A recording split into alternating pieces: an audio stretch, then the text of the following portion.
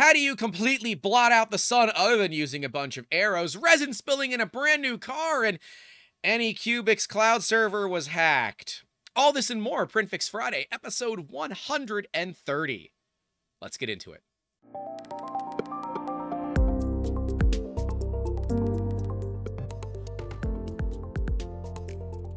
Hey guys, welcome back to the channel, and if you're new here and you are struggling to get your 3D printers printing properly, you can reach out to us via all the social medias on the screen, or you can email us directly, youtube@3dmusketeers.com. But if you do use them socials, use the hashtag PrintFix so we can easily find it as well. And then that way we can feature it here in PrintFix Friday. We love helping you get back to printing with purpose. That is the goal of episodes just like these, 130 weeks deep of doing it every single week. Anyways, we got some interesting ones for you, as well as a little bit of a thought regarding the Anycubic Cloud hack and what that kind of means for cloud security. I hope you guys will enjoy this one. And oh yeah, please, if you're gonna ever give away a printer or sell a printer and it's a resin printer, please empty the damn vat. You're gonna find out why as we go through this. But remember, resin is toxic. So let's jump into a, well, bit of a problem from a friend of mine, Willow Creative. First up, a Blob of Doom from Willow Creative, who is dealing with, this is either a K1 or a K1 Max, a machine that I just got experience with earlier this week to fix for a client. And yeah, they are not really all that easy to work on. If you're looking at a Creality K1 or a K1 Max and you're not really all that knowledgeable with working on printers,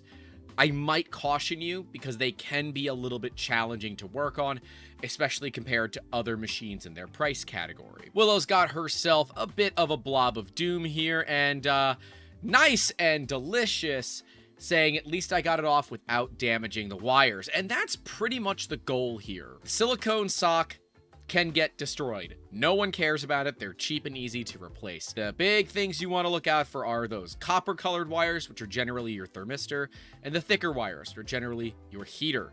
So she got lucky and she got it off without cutting the wires, because that's a big deal. And she continues saying Creality does give you a spare hotted end sock for these things. They can only put the new sock back on and they're good to go.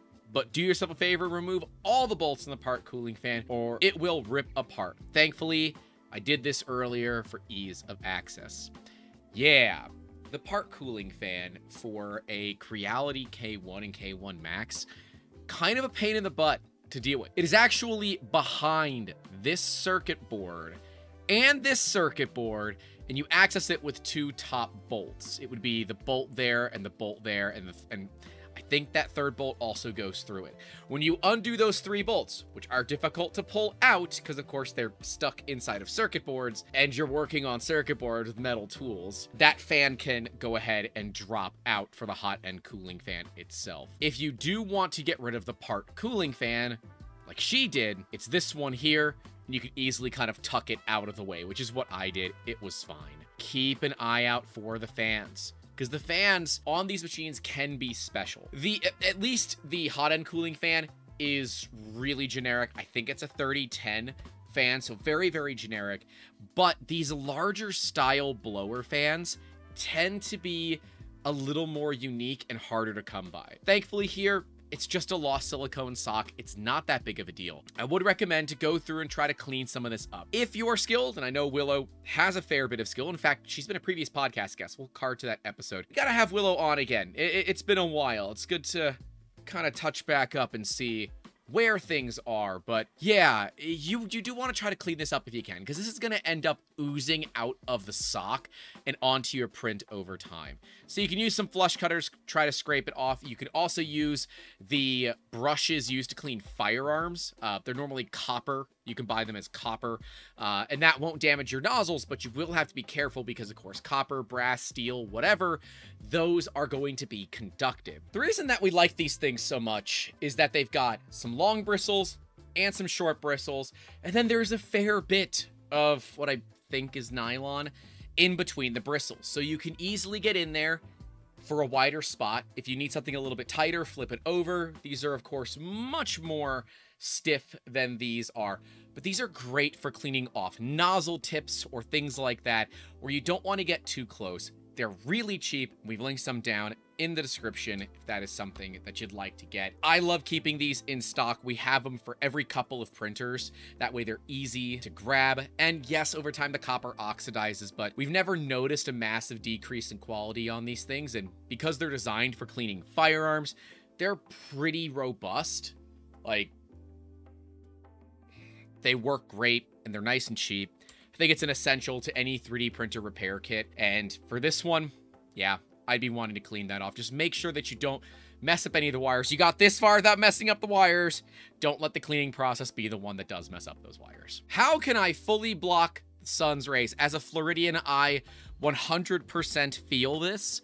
I also would like to know how I can block the sun's rays. The sun and I have a very complicated relationship where it attempts to continually hurt me and I attempt to continually avoid it. Anyways, this one is apparently a funny one. They left their printer on one of their toilets today to avoid the fumes in the whole house. They launched the print and left for work. By the way, great move. A lot of bathrooms have vent fans in them, and that is a great way to get that kind of yucky smell of resin out of the room and out of the home. Because remember, resin is toxic. We know that resin is toxic. The smell ain't good. Resin in general, just the resin, the cleaning stuff, it's all kind of not good for you. But boy, howdy do they make nice parts. At least when they don't look like this. They had a camera they used to monitor it. Camera in the bathroom? We're gonna let that one go. And saw something weird happening. As the print went on, I understood what was happening. The sun was so strong for a couple of minutes that it went through the cover and hardened the top layer of resin. I'm now thinking about what I can do to avoid this in the future. How are you guys managing this? I need to keep it near a window so I don't pollute the whole house. Okay, so they're venting it out a window. To my surprise, the print completed, but with some layer shifts. You know, honestly, A+ the printer for getting that far. Good job. Although, Anycubic is having some problems. I'm going to talk about that later in the episode. Stay tuned if you want to hear all about the hack. The Anycubic hack! The best thing you do here is put up some curtains. I can't imagine if you're, you know, doing your business on the toilet and you just get, like, completely blinded by the sun's rays as you're just trying to, you know, do what you do. I would either hang a curtain, put some cardboard up, or, as some commenters have said, freaking use the box the printer came in and just put the box on top of it. Yeah, these covers should block UV light, but this one is not yellow. Traditionally, the yellow ones will block out the specific UV light. I think this one is just tinted acrylic, so I don't think it's blocking out the correct UV light. If you wanted to, you could look at some sort of, you know, vinyl film that you could apply to it and leave open a small area where your camera could see through and maybe put like a sight on it where it kind of channels out a little bit. That way the light can't find its way in easily. If you're gonna put it near a window, you're gonna put it near a sunny window at that. Curtain over the window, cover the printer, or move it to a different window that isn't in the sun's path. And I know that that's a very easy thing to say, but not a very easy thing to do sometimes. So I recognize that that one's not the easiest, but you can easily add some cardboard around it to cover it and still give yourself enough room for a camera to see everything. We saw that happening a while back with our resin printers. In fact, if you go back to older videos, I don't even remember when we did this shift, but back there used to be the resin printers. In fact, you can still see the wash and cure station. I still do my washing and curing over on that side of the office. But we moved the resin printers to this side of the office by my computer because, well, the sun doesn't hit it. This faces east. That means during the morning, we get a lot of sunlight coming through those windows. And we had a couple of machines with lackluster covers that the light would get through and create a thin film on top of the resin like a pudding skin. While it was more of a frustration than anything,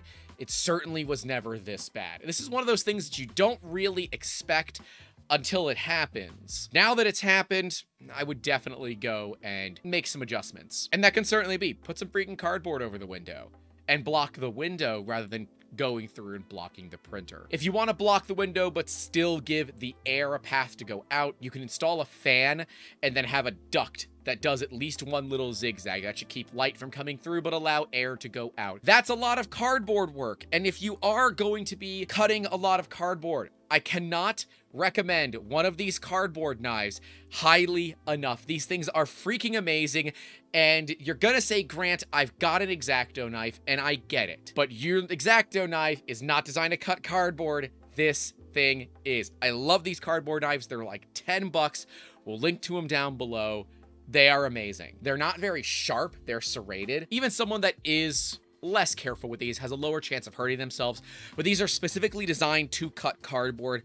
I keep one right on my desk because it is often that we have to cut down boxes to fit custom sizes for parts that we ship to our clients. I highly recommend them in any workshop, especially if you want to do stuff like, you know, custom cut cardboard stuff, whether it is for a practical purpose or a more fun purpose. In this case, this is very practical. Great use case to expense out a knife like that. They're awesome to have. And in fact, my buddy Amos made a really awesome sheath for them. We'll link it down below as well. This one hurts my soul. This one hurts my soul. Resin spill in a brand new car. Can anyone offer advice in cleaning a resin spill off vehicle seat leather without damaging the leather/pigment? My son bought a used resin printer from a buddy and didn't realize the resin reservoir was full when loading the car, and resin spilled all over the seat of my wife's brand new vehicle. Oh yeah, and for some reason, I'm in the doghouse for this. Well, clearly it's your fault. Obviously, it's your fault there's a kid here, so I'm just saying, I'm blaming you too. No, I'm joking. Visibly, it's not a big deal, but it's tacky to the touch, it's toxic resin, and it's overtaking the new car smell, which is a whole different thing because those are both somewhat toxic smells, but people like the new car smell. Anyways, I like this first comment. Giving someone a printer without emptying it is insane. Your son should get his friend to clean it, and I 100% agree. This is technically the friend's fault for not letting the son know. Why would you ever give a printer with resin in the vat to somebody? That's just, it's dangerous. This is a case where I would absolutely be taking this thing to a detailer, letting them know what happened. You want to keep the seat out of the sun. If the resin cures, it's over. There's nothing you can do. If it is perforated leather, you need a new seat. I hate to say it, but you need a new seat. Hopefully you were sold on the extended warranty for the materials for the seats. That is absolutely BS. In this case, might actually cover accidental spills on the leather. So maybe you did get taken for a ride at the dealership, but maybe you are going to make them pay for selling you that warranty. This sucks because there is no good way to do it. If it's perforated leather, it is down into the crevices of the seat. It's over. TKO. Call it, ring the bell. This fight's over. You're not going to fix it. And as far as the smell, you're not getting it out. It's gonna be there. Like, you have to get rid of every ounce of that resin for it to have the smell out. But the other thing here, why was the printer going into a seat and not into the trunk, onto a floor where you have rubber mats? Don't use the carpet mats.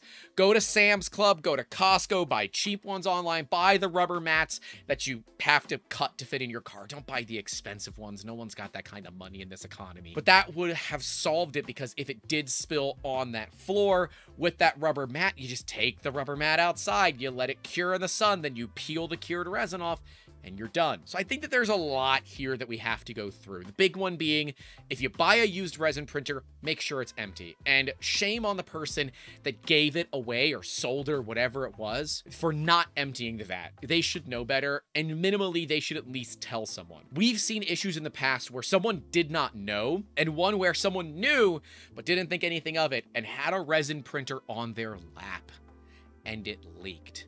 And it leaked through their pants, through any other clothing that they had, and literally melted their skin off because of chemical burns. Told you guys once, and I'll tell you again, resin is toxic. And if I need to go over that fail again, we will do it. It's a nasty one, and we basically have to blur the whole damn image. But I'm serious on this. You guys don't want to hurt yourselves with resin. Please don't hurt yourselves with resin.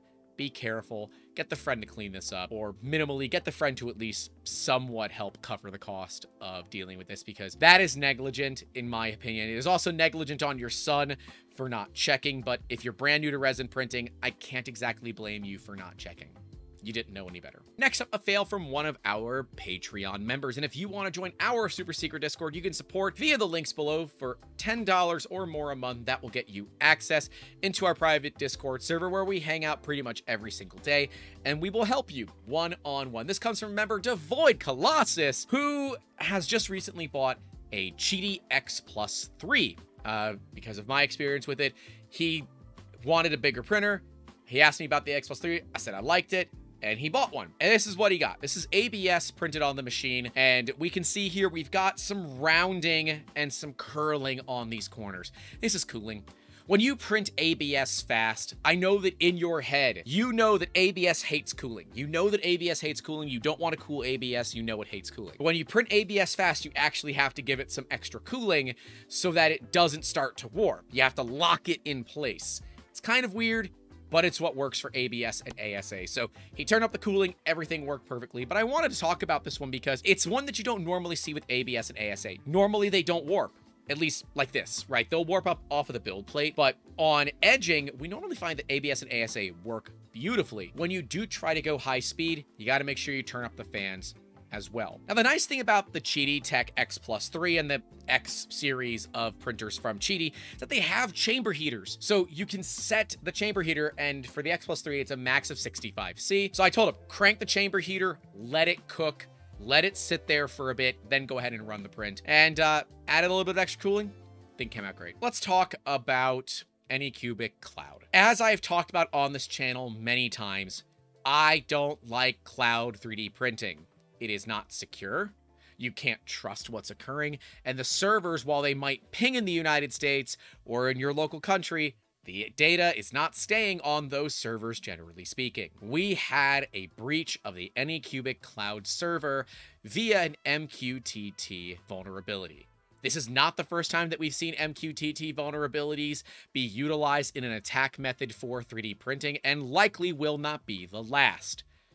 Let's talk about what happened. On February 26, UTC-5, they received a user's email reminding the vulnerabilities of the MQTT server of Anycubic. On February 27th, multiple users reported the presence of hacked_machine_readme.g code on the screen of their Anycubic Cobra 2 Pro, Plus, and Maxes. As of the time of the statement, a total of 237 devices have been affected. Preliminary findings suggest that over 2,000 devices have received this file. Remember when I've talked about how bad actors, if they got access to 3D printers, could use them for bad? This individual was not doing anything bad.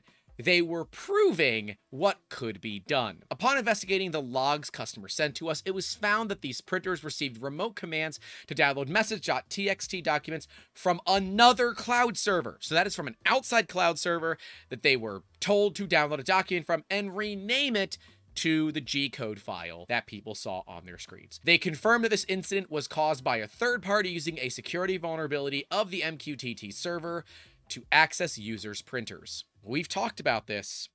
I've told you guys that cloud printing, while it is convenient, you like it, it's wonderful, it is so insanely problematic. And if you can send and tell printers to run a random G-code file via an MQTT protocol, you can do way worse things. Now, I'm not trying to give you all a fear of uncertain demise and all of that. This is actually something that occurred. Thankfully, the individual responsible for all of this was just doing it to prove that they could, and does not appear to have any malicious intention, more so just to get the attention of Anycubic. So, Mr. Hacker Man, good job. This is one of the ways to do it, and hopefully will bring security to the forefront. Since Bamboo started this idea of 100% cloud-based 3D printing, every other company has attempted to copy it for the most part. And, well, when you try to copy something and you don't have security experts working for you,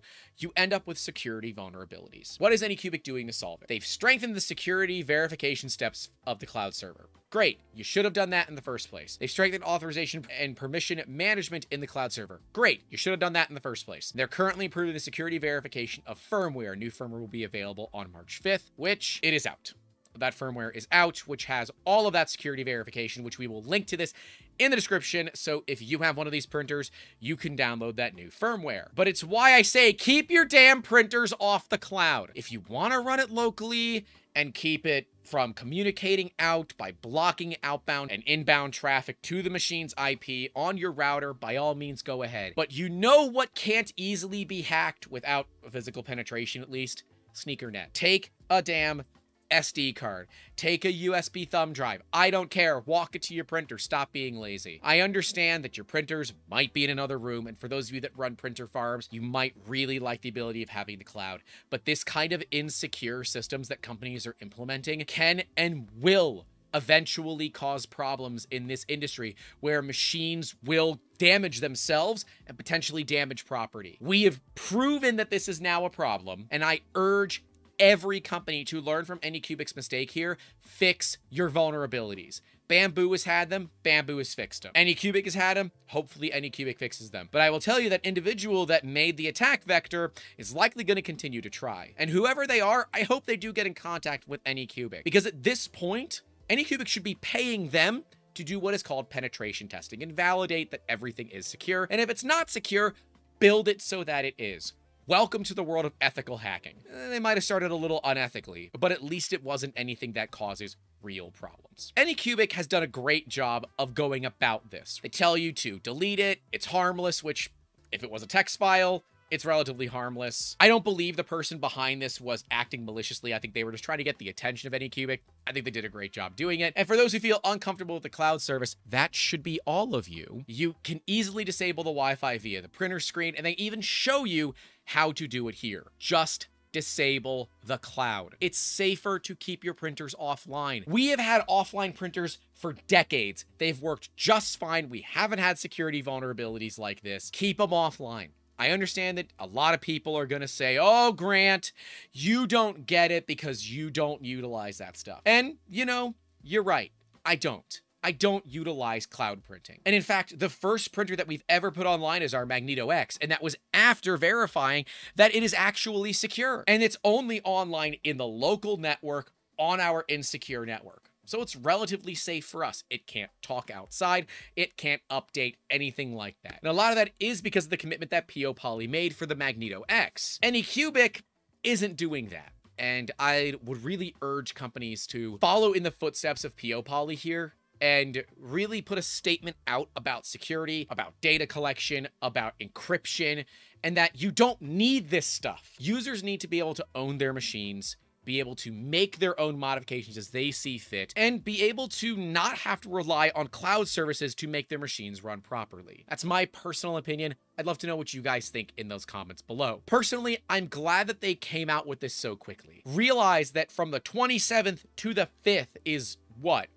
A week? That is pretty damn good response time, especially for a company like Anycubic. They're not known to have, you know, the greatest customer support in the industry, but they're also not known to have bad customer support, right? I like Anycubic. We've used their printers before. We can see their statement was issued on March 1st. So from March 1st to March 5th, they now have brand new firmwares ready for the printers that should solve some of these problems. But I believe it is now time for companies that are utilizing cloud-based services to make sure that they are doing the proper testing that they need to ensure the safety of their machines that are being used in the homes of their users. Because I can't imagine the type of class action lawsuit that could come out from a company negligently having low-grade security, someone doing some sort of attack that would then create a instance where machines can create damage to physical property. That is a huge problem. So Anycubic, I will commend you for getting ahead of this as quickly as you possibly could, but I'm not going to give you a pass on this because this is just lazy. It is lazy that this happened in the first place. It is not difficult to provide relatively secure systems for a cloud. It's ridiculous that this happened in the first place. But I'm glad that whoever went down this path decided to do it in a way that would get the attention of Anycubic via the community. We have seen some other issues with machines and the MQTT with the cameras, showing them somebody else's printer and you being able to control somebody else's printer randomly somewhere else in the world. That is possible, but it's just very, very unlikely. It involves having a dead-on identical key for the MQTT servers. It's not a very common thing, but it is still something that could happen. And I really do wish that companies, especially in this industry, would take the cloud system a little bit more seriously. And I hope that this hack if you will, is a great start to opening those conversations to solving these problems. It's not the first time we've seen this issue, and it is certainly not going to be the last time that we will see it either. So Anycubic, I'm sorry that it happened to you. I'm glad that whoever did it appears to be doing it for, you know, reasonably good purposes. And I hope the community can at least wake up a little bit and understand the potential problems of utilizing cloud-based 3D printing. Let me know what you guys think again down in those comments below. But I do want to give a massive thank you to all of our channel member supporters whose names are listed right next to me at the $5 tier and higher. Thank you for what you all do in making these videos possible. It is wonderful to know that we have fans out there that want to support the cause. Kick a couple of bucks into that creator fund. And if you do, links are below. You know where to go. And hey, leave a like, subscribe if you haven't already. It costs you nothing and helps the channel grow. Right below me will be the entire PrintFix Friday series. Next to that will be our video on the Magneto X, looking at it from a beta tester's perspective. That is all I have for you guys today. Stay safe out there. Don't forget to call your loved ones. And as always, keep making awesome. Have a good one.